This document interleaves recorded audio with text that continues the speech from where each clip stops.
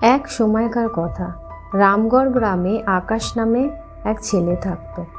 সে খুব দয়ালু ও পরিশ্রমী ছিল, কিন্তু তার একটাই সমস্যা ছিল, সে কারোর ওপর সহজে বিশ্বাস করতে পারত না।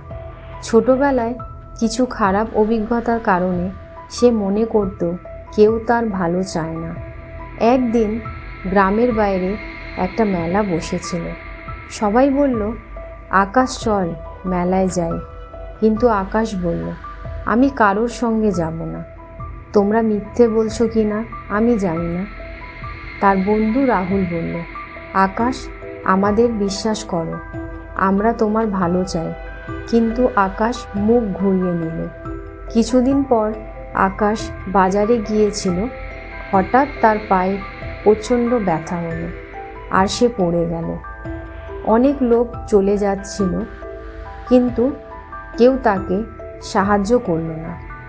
ঠিক তখনই রাহুল এসে বলল, আকাশ, হাত বাড়াও, আমি তোমাকে উঠতে সাহায্য করব।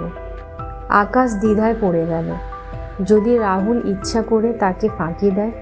কিন্তু ব্যথা সহ্য করতে না পেরে সে ধীরে ধীরে হাত বাড়িয়ে দিল। রাহুল শক্ত করে তার হাত ধরল আর উঠতে সাহায্য করল। আকাশ অবাক হয়ে বলল, তুমি সত্যি আমাকে সাহায্য করলে? রাহুল হাসল, বন্ধুর জন্য এটা তো করতেই হয়। সেদিন আকাশ বুঝল, সব মানুষ একরকম নয়। বিশ্বাস না করলে সম্পর্ক গড়ে ওঠে না। তারপর থেকে আকাশ ধীরে ধীরে তার চারপাশের মানুষদের বিশ্বাস করতে শিখল। তার জীবন অনেক সুন্দর হয়ে উঠল, কারণ সে বুঝতে পেরেছিল বিশ্বাসী বন্ধুত্ব ও ভালোবাসার আসল চাবিকাঠি। বিশ্বাস ছাড়া সম্পর্ক গড়া যায় না।